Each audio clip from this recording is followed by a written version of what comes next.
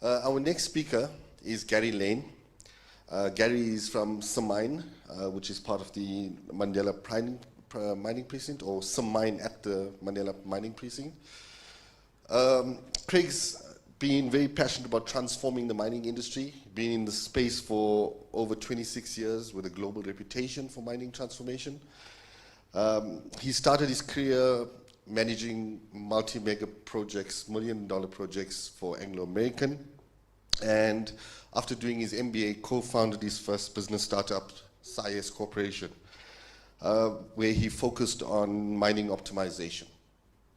He's now with a new startup called VUUMA, and his focus is on systems thinking, and that's what he's going to be talking to us about today. So he does systems thinking for the mines of the future, and has built an experimental simulation center at the Nelson Mandela Mining Precinct. Gary is a registered professional with professional engineer, and is on the council for the South African Institute for Mining and Metallurgy, and the chairman of the Mining Technical Program Committee. Give us a hand for Gary Lane.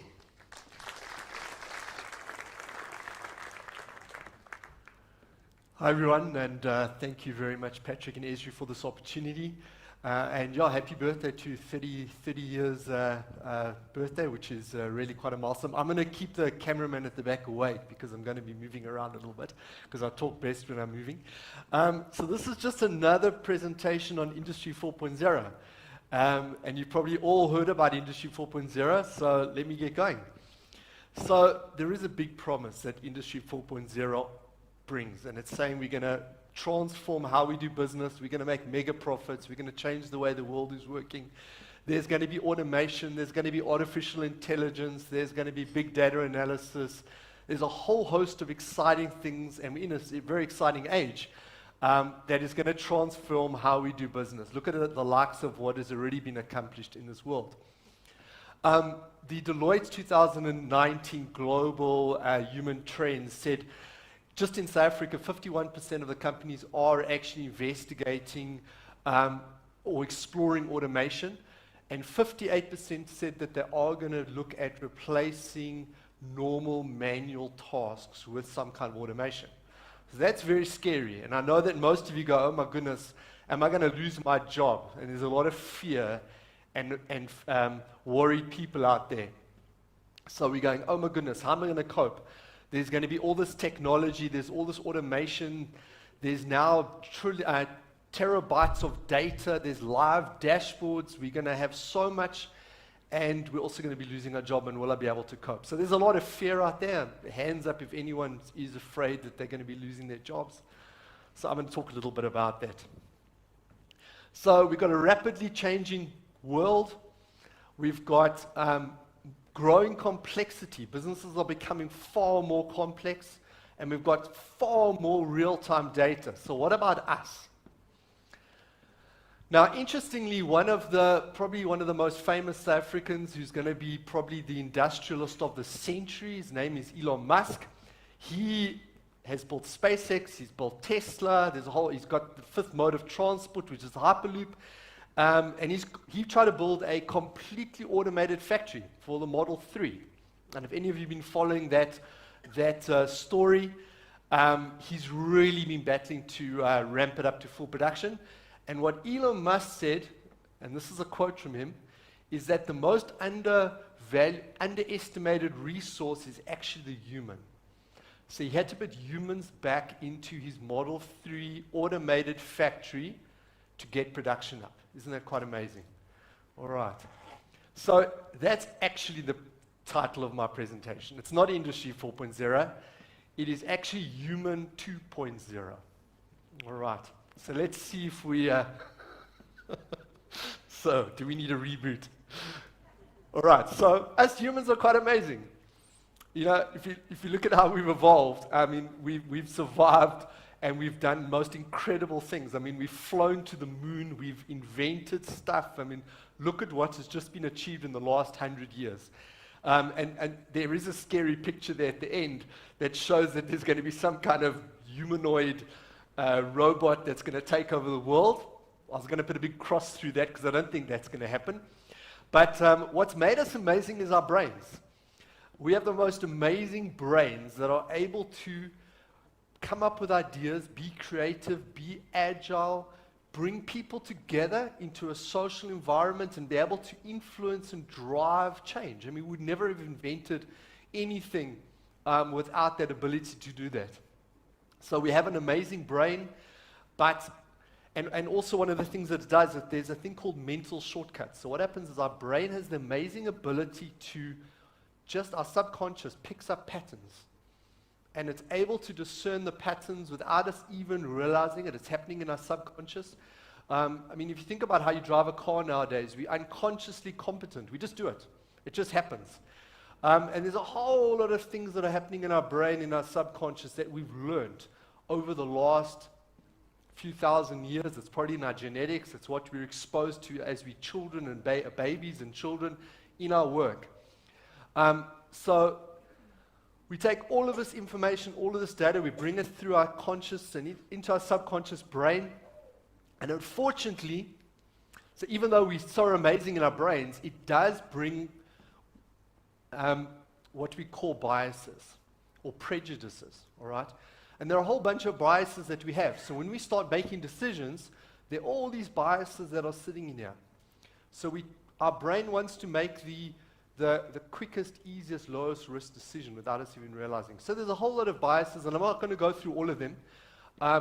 There's a whole lot of them. If you look on Google, you can go and see the biases.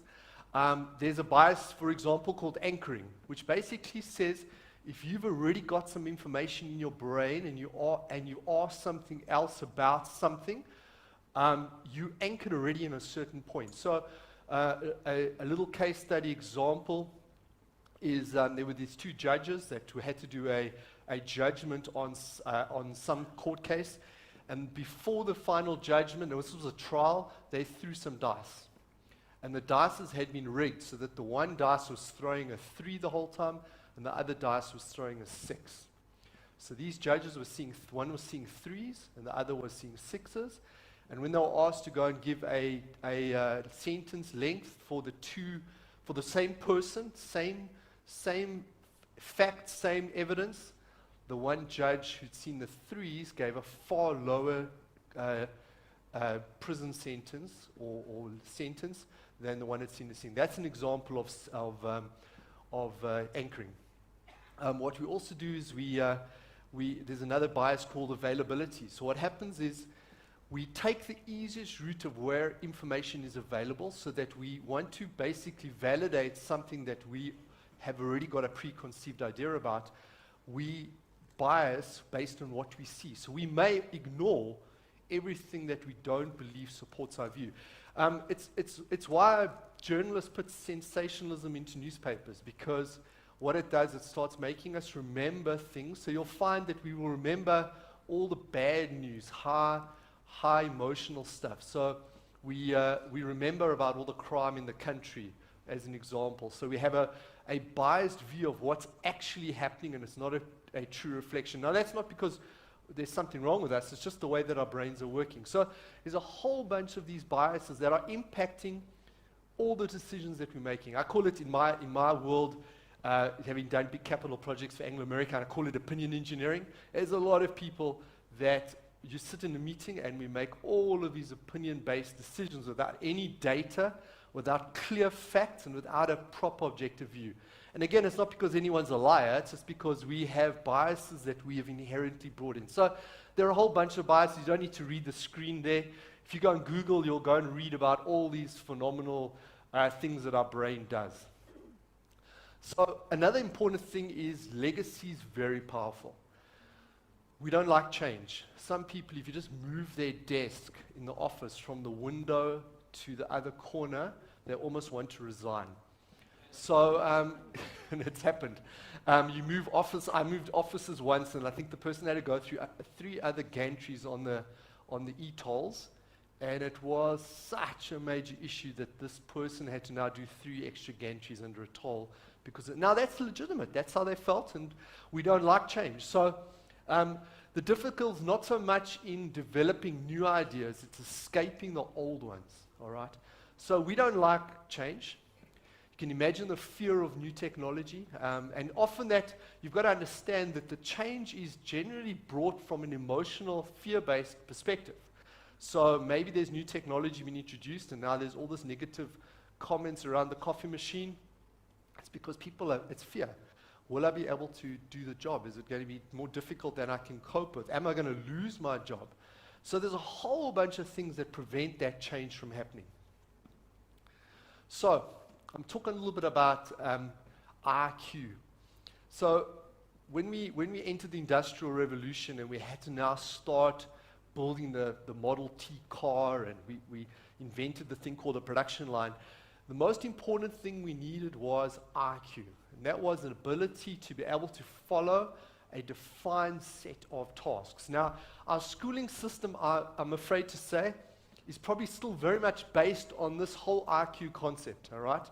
And you'll see that, schooling was designed to really make sure that people could follow the tasks of the Industrial Revolution. And then what happened, suddenly dawned on us that, wait a minute, it's not just one person following a set of tasks. We had to actually work together. We have to be able to talk to people and be able to influence people and be able to work in teams. So we needed to develop what's called EQ, emotional intelligence. So understand how I'm feeling and how I behave influences someone else and all that type of thing. There's another 2 Qs that I think we're going to need to develop in the future. And this is going to be part of this Human 2.0. There's a thing called SQ.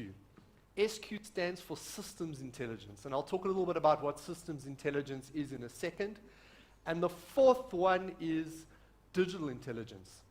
That is all about how to understand data, how to understand this whole in digital world. We see it with our children. I watch my teenage daughter. She can send WhatsApps to her boyfriend underneath the table without even watching her phone as she messages. So it's incredible. All right, so we all are linear thinkers. Very few people, I think it's less than 1% of the population, actually what they call systems thinkers. We're all linear in our thinking. You'll find businesses are set up that we've got siloed departments. Everything's linear. Our whole process of thinking is linear. And systems thinking says we're taking a perspective of everything and how everything influences everything else and understanding circular connective aspects. So if you have a look at a system could be the sovereign economy, and within the sovereign economy there's a mining industry is another system. So this isn't a talk on systems theory in detail, but just to know that there's this thing, and you can go and Google it in as well, called systems thinking, and it's really about pulling together all the different aspects to make decisions and understanding all the cause and effect relationships. There's a few examples of the habits of a systems thinker. I won't go through all of them, but they want to understand the whole picture. So they'll understand the big picture. They want to understand the circular nature of the complex system. They continually test assumptions. They do scenario planning. These are all elements of systems thinking. So what's important is that you can take this complex, because we're not saying things are going to get simpler. No, they're going to get more complex. There's going to be more data. Now we're going to have artificial intelligence sitting above stuff and trying to pick up causal effects. But systems thinking is about taking this complex world and simplifying it into a structured, simple way so that you can make effective decisions. So what's important here is when you simplify complexity, you get effectiveness. And effectiveness is about getting the maximum value out of something because you can make the right decision. You can get a team to work together. How many of you go to probably 10 to 15 meetings a week? Hands up. Yep. So we probably all got a lot of meetings. And I've had to ask everybody, do the meetings finish on time? No. Are the right people at the meeting? No. Does the chairman run an effective meeting? No. Do I go to meetings I shouldn't even be at? Yeah. So there is an example of, imagine if every single meeting, and this is something you should implement right now in your organization, must have an agenda, even if it's got 4 line items. It must have a purpose. It must have an objective, all right? It must have clear results of what you want to achieve out of that meeting, and only invite people that are linked to the outcome for that meeting. That one thing will take that 3-hour meeting and maybe make it a 20-minute meeting. There's an example of what you could do. The next thing, that was SQ. Now let's talk a little bit about digital intelligence, okay? And the first thing is data. We have a saying in what we do, we call, in God we trust, the rest of you bring data. And the whole opinion there is, we will hear lots of opinions of why something's behaving like it's doing, and there's a variable that's going up, and there's all this opinion. My view is very simple. Show me the data. There is so much incredible analysis that can be done with data. We don't even use 2% of the current data that we have, all right? Problem number one, most people don't even know how to format and collate data. There's a thing called categorical and numerical data. Most people don't even know the difference between categorical and numerical data. Numerical data is something that comes off something that's reading it. So measurement, temperature, weight would be numerical. Categorical would be time of day, shift. All the spatial information in a GIS is generally categorical data. And categorical data is so valuable. It could be compare your population by area. The area of integrated numerical and categorical data. And that's so important. So we don't know how to gather data. We don't know how to analyze it. We don't even know how to format into a format that we can do analysis. And then there are incredible tools to do analysis. And I can tell you from our experience that we've done with work around the world, very few people know how to even use data to discern it. There's a great case study. If any of you ever come on one of our programs, the Space Shuttle Columbia exploded in 1986. They put about 20 PhDs onto it to understand why the O-ring exploded. And you can imagine how complex it was. And it took one guy in Congress with one chart and a little glass of cold water and a clamp and an O-ring to prove why the space shuttle exploded. And yet all the PhDs couldn't do it. And that's just because they took the data and was able to represent it in a simple way that could explain the outcome. And go and research it. I haven't got time to take you through the case study. I'd love to. All right, so that's this digital intelligence. And we need to learn how to use digital and how to integrate all these different technologies together. The next thing answers this whole problem of, are we going to lose our job? So we've got all these people in the world, and we're worried about losing our jobs. And so let's have a look at it. And I didn't put the actual numbers down because they're actually just too big. They sound crazy. They're in the millions. So according to the latest reports, and this is from a McKinsey report, but I did remove the numbers because no one will believe me if I put the numbers down. We're going to be short of quite a few million people with digital skills. I don't know if any of you read the article in the last 3 weeks from the CEO of Capitec Bank that said they hire every single person they can find with the right digital skills, and they can't find them fast enough. They cannot even employ enough people. But saying that, and this is incorrect, I should say semi-skilled and unskilled, we are going to have, unfortunately, a whole bunch of unskilled, semi-skilled people without work. What this is saying is, skill yourselves up. Get the digital skills. Get the systems thinking skills. You will be valuable. There is going to be a global shortage. So go and take the advantages of going on ESRI training and other training that is out there, because we need to enhance our skills on a continual basis. So, because it's not about just you've heard about the saying of putting lipstick on the pig, all right? This is about actual skills. This is about cross-functional experience. It's not about just putting a lipstick on the pig and getting a certificate. This is about real tangible stuff. So there's this human 2.0 hot fix that we need. I think we need a reboot. And there's some new skills that we need. And I didn't put all of them down here. I'm no expert on all the psychological and leadership stuff, but I'm saying we need systems thinking skills. We need data-based decision-making skills. How do we effectively use tools to make decisions? And have a look at the Space Shuttle Columbia case study. It's an incredible case study. If anyone wants it, can get me in the tea break and I'll share it with you. Sorry, I pushed that button. Another important thing, cross-functional skills. Hey? You don't need to stick in one industry. I can tell you now, every single business is exactly the same. We work around the world from high tech to mining to toilet manufacturing. Every single one of them is exactly the same. Doesn't matter how much automation, doesn't matter how much expert control they've got in there. Their performance is exactly the same, and the fundamental problem is people and decision making, levels of work, who makes what decision, and working management routines around that. And I'll talk about that a little bit in my tech talk later on. Facilitation skills, the critical. We need to be able to pull people together. We need to be able to get the best out of people. If you have a look at the Google research around what is the number one thing that makes a team successful, there's only one thing, and it's psychological security. That's it.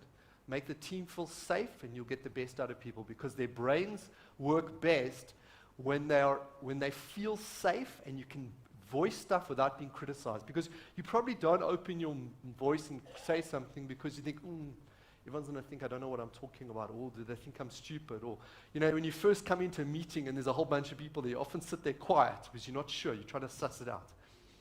And then agile and adaptive to change. We're entering a world that's changing fast, so we need to be able to adapt. All right. So the last thing, I do just need to put a little advert in for the Mandela Mining Precinct. For those of you who don't know what the Mandela Mining Precinct is, it's a mine for mines. It is an R&D innovation hub sitting in Melville in Johannesburg, sponsored by industry and government. It's driving R&D and research for the mine of the future in South Africa, and to generate, and that's what Mandela Mining Precinct is. MEMSA is the Mining Equipment Manufacturers Association. That's about building local South African manufacturing capability for the mine of the future to export into Africa and globally. And then I have my business at Mandela Mining Precinct. It's called Simine. We've built a simulation, experiential simulation lab there to start teaching people about systems thinking, teaching the skills around how to effectively manage a business, give them the skills and the organizational design to be able to run a complex system of interconnected activities. So we've run this now all around the world. I can tell you now, my assumption was that there was a low level of systems maturity in mining. It doesn't matter where you go, it doesn't matter what industry, it can be an organization of PhDs. The same fundamental problems exist in any industry, whether it's high tech or whether you're mining. Whether it's a mine, you're mining material. If you're making toilet paper, it's exactly the same thing. And really what it's looking at is taking businesses up that curve of performance and building the facilitation and systems thinking skills to do that. All right, so there, you're more than welcome to come and visit. If ever you want to come and see what it's about, come and support the Mandela Mining Precinct. Some of you might already be involved. So thank you very much.